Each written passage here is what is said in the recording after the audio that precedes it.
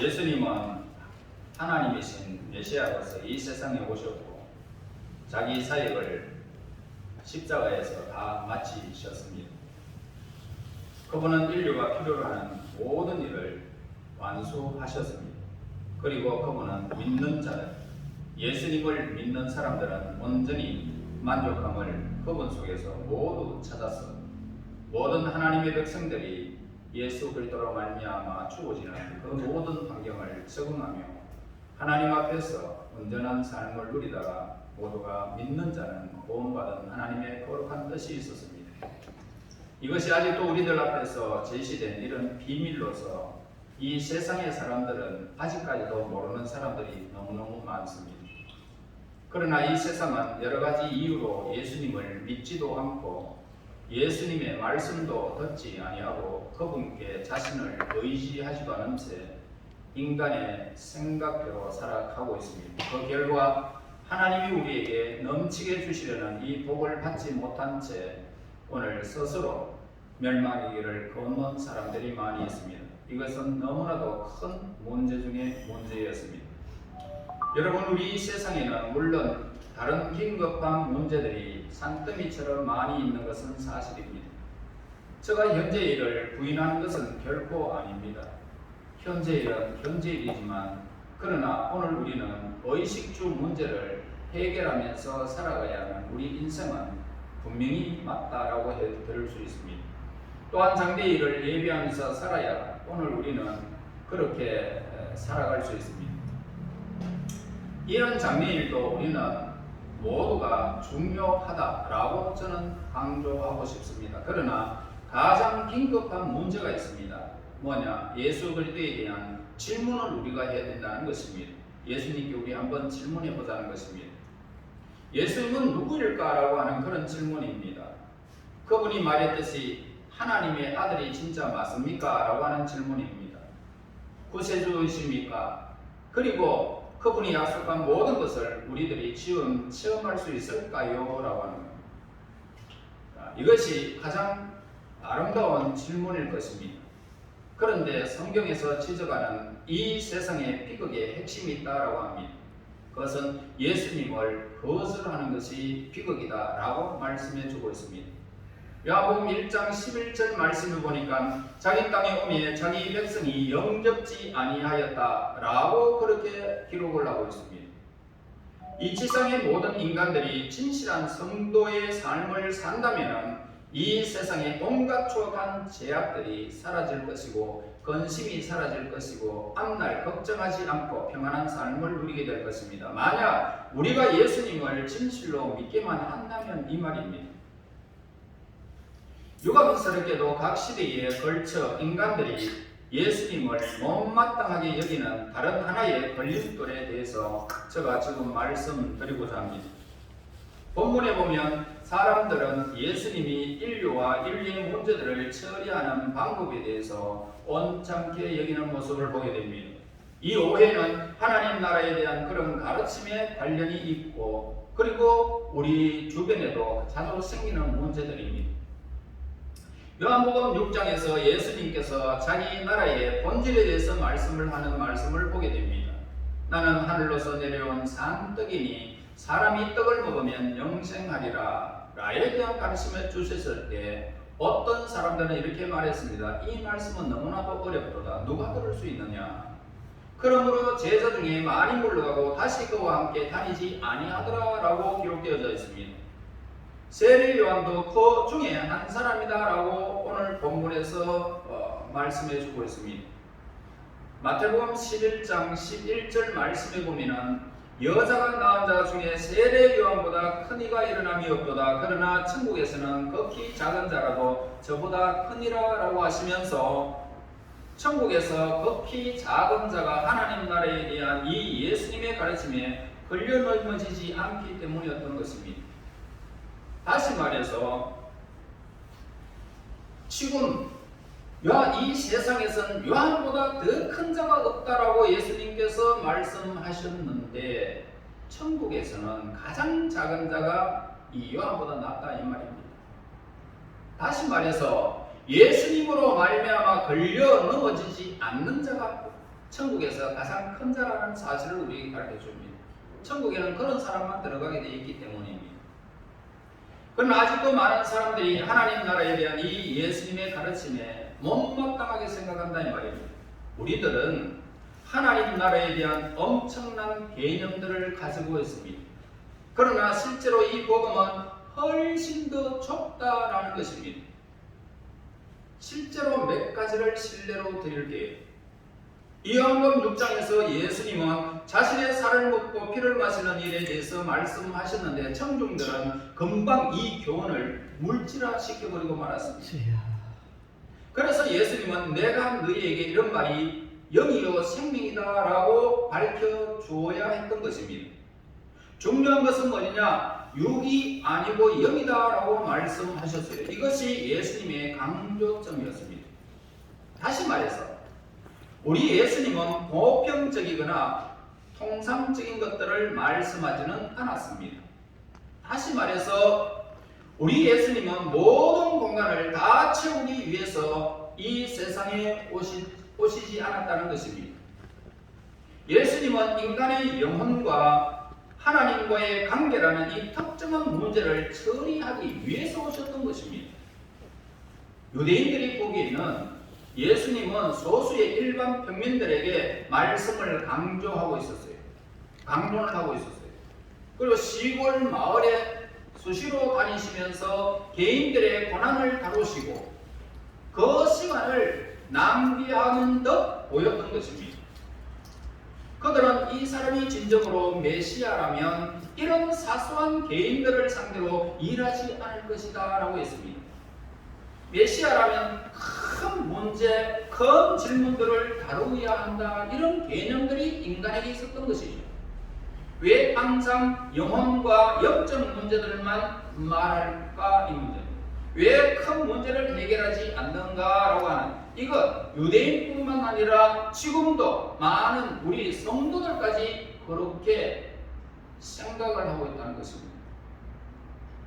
왜 사소한 데만 우리의 관심이 있고 큰 문제를 내가 안고 있는데 이 문제를 왜 해결하지 못하는가? 이 문제를 우리는 의아하게 생각한다는 것입니다.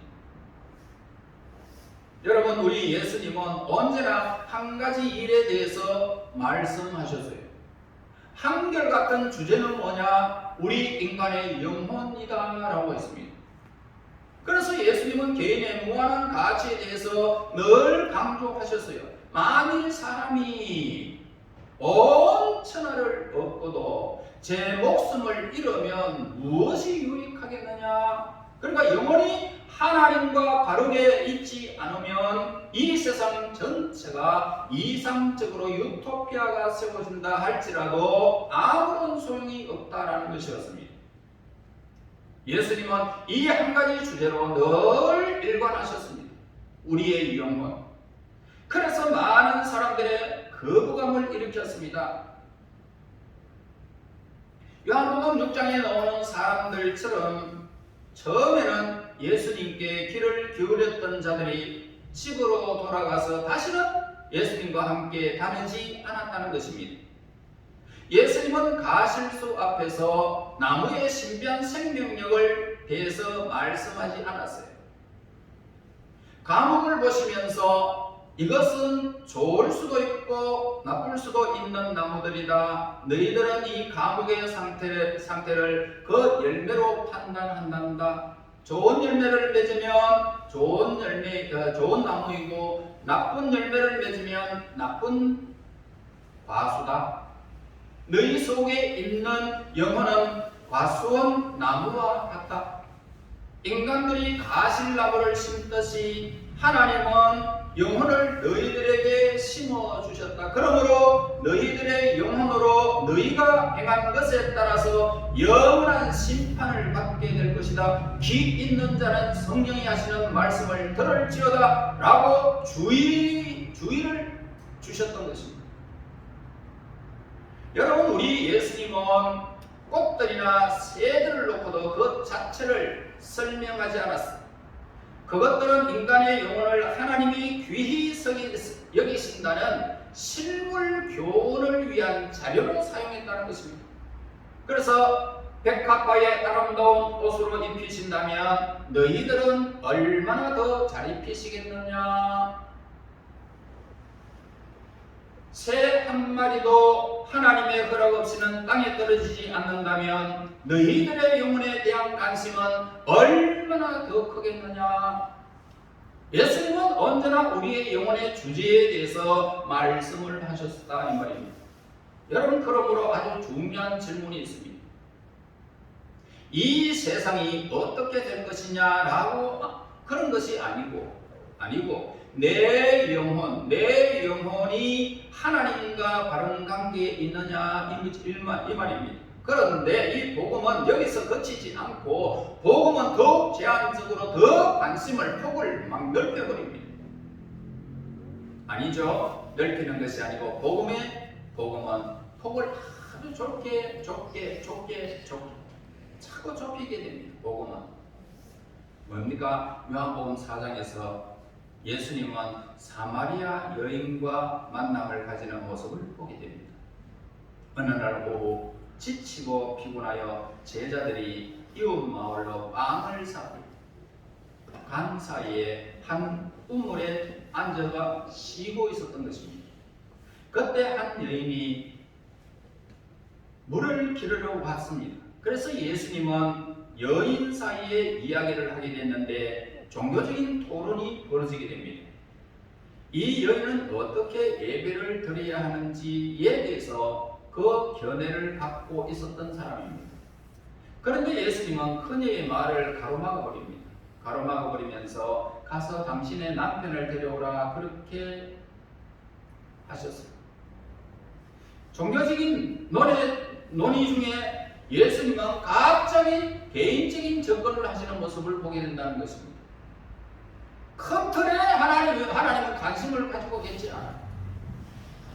이런 종교 저런 종교 종교의 예배에 대해서 그거 하나님이 관심을 가지시는 것이 아니에요. 우리 개인에게 하나님이 관심을 가지고 계신단 말이에요. 개인적으로. 그래서 가서 네 남편을 데려오너라. 사람들은 종교적인 논의를 하는 것은 반대하지 않아요. 이런 종교 저런 종교는 좋다 그러면 다 좋아해요. 괜찮아요. 그러나 그것이 일단 개인적인 영역으로 들어오면 싫어하는 거예요. 자기에게 해당된다는 것은 싫어해요. 그러나 예수님에게는 종교가 철저하게 개인적인 것을 우리에게 가르쳐 줍니다. 왜냐하면 하나님께 대한 나의 관계가 모든 문제의 핵심이기 때문입니다. 여러분, 사울은 자신의 종교적 아이디어를 가지고 그리스도인들을 핍박했던 것입니다. 자신의 종교적인 입장에서. 그때 예수님은 그에게 나타나셨습니다. 다메섹으로 가는 그에게 나타나셔서 사울아 네가 어찌하여 나를 핍박하느냐 박해를 하느냐 그렇게 표현을 하고 있습니다. 다시 한번 바로 직역을 한다면 너와 나와 어떤 관계가 있느냐 이 질문입니다. 너와 나와 무슨 관계가 있느냐 이 말씀이에요. 문제는 바로 이거예요. 복음은 언제나 개인적인 도전과 개인적인 응답을 요구한다는 것입니다. 여러분은 영혼은 어떤 상태입니까? 이 질문이 복음을 하고 당신의 영혼은 지금 어떤 상태에 있느냐? 당신의 영혼이 진짜 하나님을 아느냐? 이걸 질문하고 있어요. 여러분은 예수님을 나의 구주, 개인의 구주로 믿느냐? 지금 질문하는 것은 여러분이 예수님을 아느냐 하는 것입니다. 구원이라는 것이 뭘까요? 우리의 개인의 영혼에 관한 것이지 종교적인 것이 아니에요. 구원은 나의 개인과의 관심이 있어요. 개인.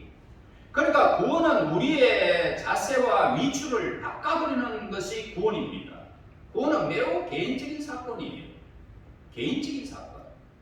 또 한 가지는 예수님은 항상 회개를 촉구하는 말씀을 언제나 하셨습니다.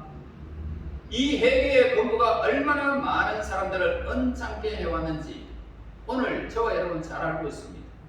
사람들은 일반적으로 플라톤이나 소크라테스나 아리스토텔레스나 다른 철학자에 대해서 반감을 느끼지는 않습니다. 그들은 좋은 말로 권유를 하죠.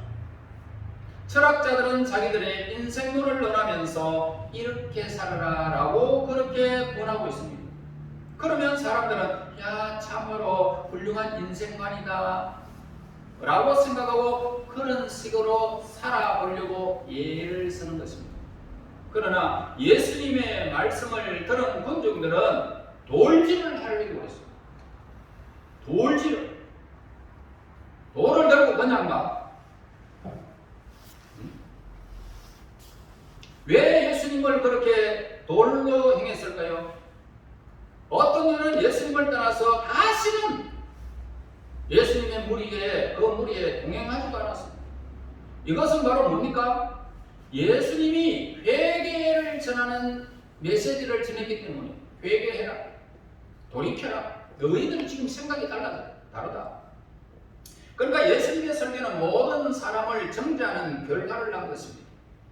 여러분 하나님 말씀 들을 때마다 내 삶이 자꾸 질리고 그렇게 하는 것은 예수님께서 하나님 말씀대로 정하면 여러분 마음이 안 찔릴 수가 없어요. 그러니까 돌아서라는 거예요. 돌아서라.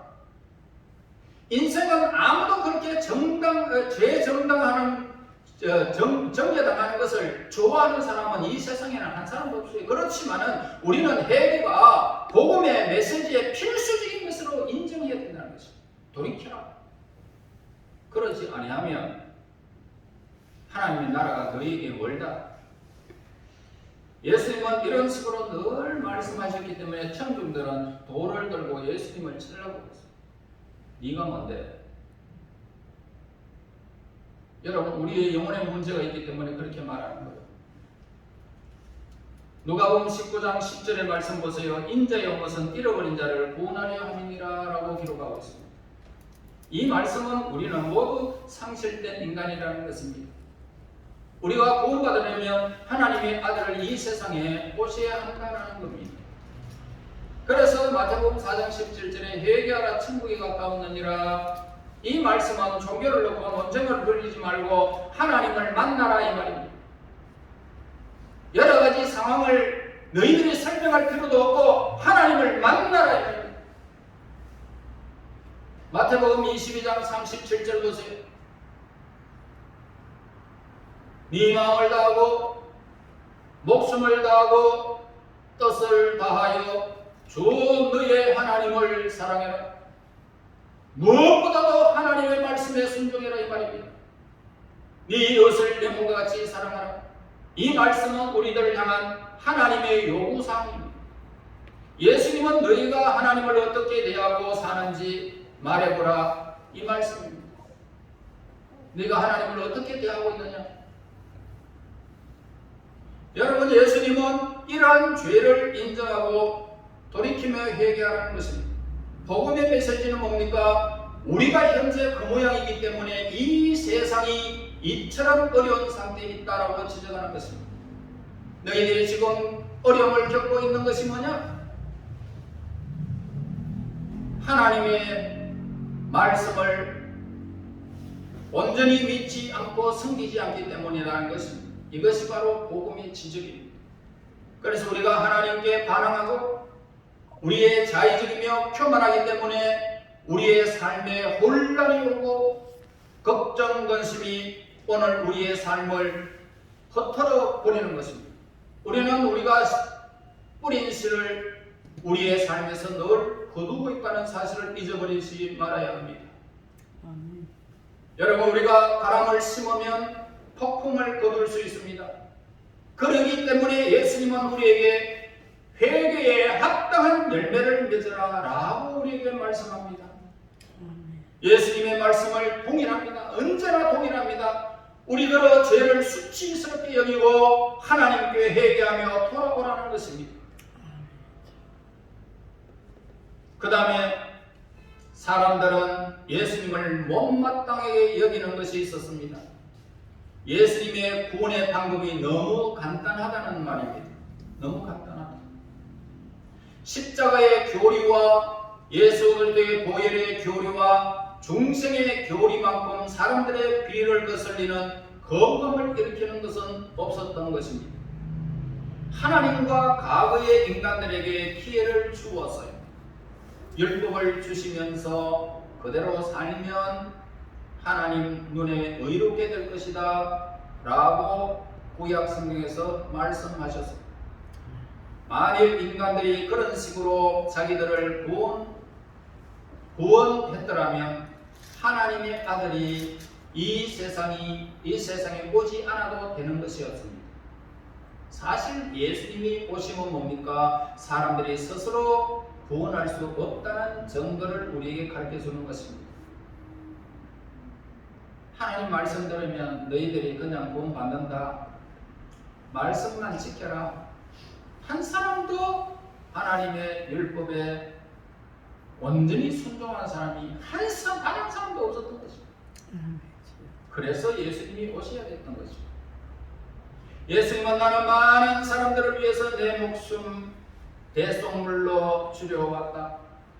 이 방법 위에는 너희들의 영혼을 구원하고 하나님께 너희들을 화해시킬 수 있는 다른 길이 전혀 없기 때문이다 라고 했습니다. 복음은 이러한 너무나도 단순하다는 것입니다. 그런데 우리 인간들은 예수님의 이 구원을 좋아하지 않습니다. 사마리아 나만 장군을 보세요. 그는 한센스의 병에 나병 환자였습니다.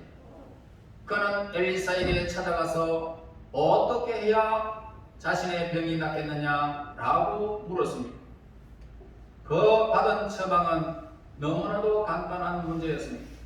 요단강에 가서 몸을 7번 씻으라 라고 했습니다. 들어갔다 나왔다 들어갔다 나왔다 7번만 해라. 이 말에 나아만은 역경을 부립니다.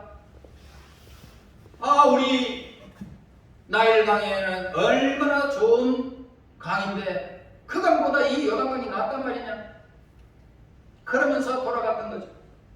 돌아가다가 여종의 말을 듣고 그는 화를 내며 돌아가자 이 부하들은 그를 만류하였고, 이렇게 간단한 일을 더보다 더 쉬운 일을 했다면, 더 어려운 일을 했다더라도 언제든지 거절하지 않았을 텐데 이런 일까지 거절하면 어떡합니까? 라고 했어요.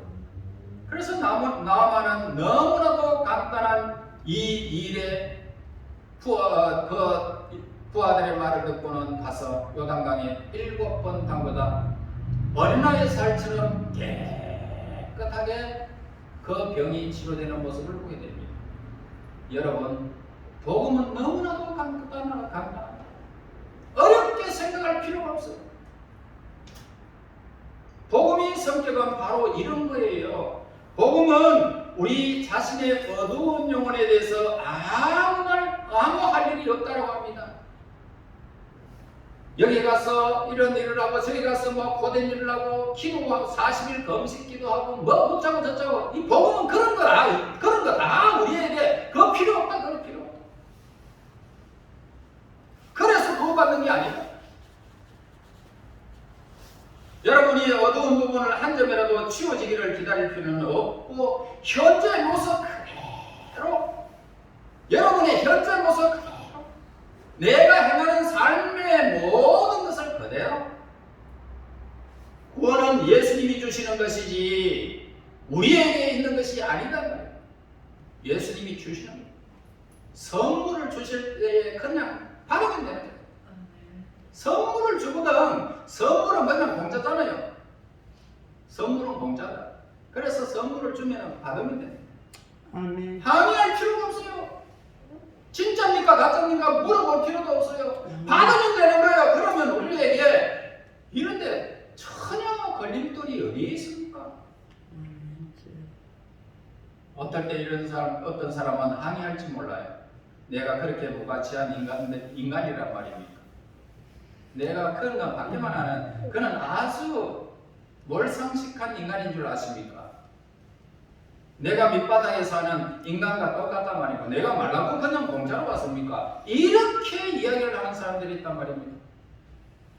뭔가를 대가를 주려고 하는 사람.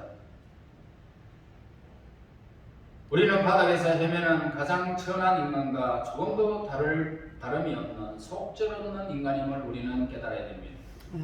우리는 속절없는 인간이에요. 우리 스스로 구원하지 못합니다. 구원은 거저 주시는 하나님의 선물일 뿐이라는 것입니다. 받으면 돼요, 믿음으로. 아멘. 다른 것 없어요. 우리들은 배심하면 됩니다. 우리는 어린아이처럼 그냥 되면 돼요. 우리들은 우리 자신들의 무력함을 인식하고요, 하나님으로부터 선물을 받으면 됩니다. 이제 왜 예수님이 요한에게 메시지를 보내면서 다음에 말씀을 하셨는지 이해를 해야 됩니다. 누구든지 예수님을 인하여 실족하지 아니한 자는 복이 있도다. 여러분, 나사렛 예수를 구주로 깨닫고 믿는 사람은 행복하다 이 말입니다. 예수님이 우리 한 사람 한 사람을 구원하시려고 십자가에서 우리의 죄를 위해서 돌아가시고 우리의 의로움을 위하여 부활하신 사실을 믿는 자가 복이 있다 이 말입니다. 아멘. 이 사람만큼 복이 있는 사람 없습니다. 구원은 그저 주는 거예요. 예수 그리스도로부터 이 놀라운 새 생명을 선물로 받고 새로운 본성, 새로운 관점, 새로운 가치관으로 인생을 새 출발하는 자는 복이 있단 말입니다. 아멘. 여러분, 우리들은 단순히 어린아이들처럼 예수님을 바라보면 됩니다. 그분이 신령한 구원의 선물을 받아 새로운 피조물이 될 수 있다는 것입니다. 나는 이 예수님의 말씀이 모두가 믿어집니다. 아멘. 이 믿음이 여러분들에게 있다면 여러분들은 지금부터 복 있는 사람이라는 것입니다. 아멘. 사랑하는 친구 여러분, 예수님 아직도 여러분의 마음에 거슬리는 문제가 있습니까? 신앙생활 하는데도 거슬리는 문제가 있습니까? 무엇 때문에 거슬립니까? 돈 문제입니까? 건강 문제입니까? 사람 문제입니까? 내 삶에 어떤 문제가 여러분들을 거슬리고 있습니까? 예수님에 대한 지금까지의 말씀이 아직도 유감스럽습니다. 여러분, 예수님은 여러분의 구주 되시는 분이십니다. 백합화를 보십시오. 창공에 나는 새들을 보십시오. 그들보다 못하겠느냐는 것입니다. 시절을 쫓아 가시를 맺는 모든 것들보다 우리를 어떻게 업신여기겠느냐 이 말입니다. 하나님은 여러분들의 머리털까지 다 세심받으신 분이십니다. 얼마나 자상하게 간섭하시는 분이십니다. 여러분의 믿음이 예수님으로 말미암아 복음으로 말미암아 실족하기 때문에 여러분들의 문제가 보이는 거예요. 아멘. 우리는 실족하지 않는 자는 복이 있다는 것입니다. 내 삶의 문제가 아니에요. 큰 틀을 가지고 여러분 계산하지 마시고 작은 틀을 가지고 좁은 것으로 통해서 나와 하나님과의 관계에서 출발하십시오. 그러면 문제가 없습니다. 아멘. 예수님은 우리의 최대의 보호자이십니다. 세상 끝날, 아니 영원한 날까지 우리의 보호자이십니다. 예수님 때문에 실족하는 자는 비극 중에 비극이라는 것입니다. 여러분의 길이 어디입니까? 여러분의 사명이 어디에 있습니까? 예수님을 향하십시오. 아멘. 그분의 말씀만 듣고 선물을 받기만 하면 됩니다. 우리는 어린아이들처럼 그분께 삶을 완전히 의탁하세요.